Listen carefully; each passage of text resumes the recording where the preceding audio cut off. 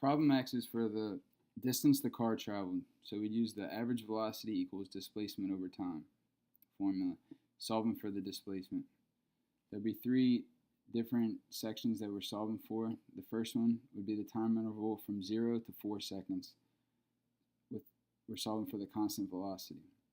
The second is the time interval of 4 to 12 seconds using the constant acceleration when the car slows down.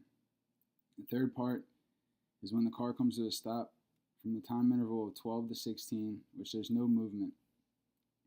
So for the first part, you'd use the V average equals delta R over delta T and solving for the displacement. We're going to use this formula in all three of them.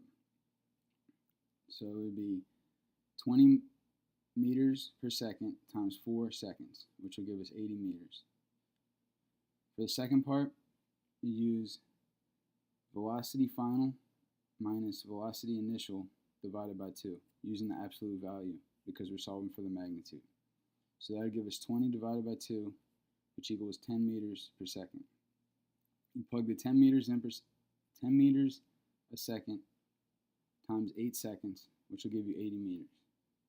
For the third part, there's no movement, so the displacement is 0. We're looking for the total distance, so we'd add all three of them together. R1 plus R2 plus R3. R1 is 80, R2 is 80, R3 is 0, which gives us a total of 160.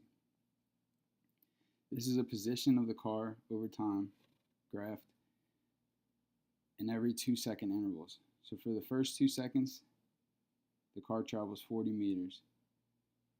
After 4 seconds, the car travels 80 meters. After 6 seconds, the car travels 115 meters. After 8 seconds, the car travels 140 meters. After 10 seconds, the car travels 155 meters. After 12 seconds, the car travels 160 and stays at that distance for the remainder 4 seconds at the 16-second mark.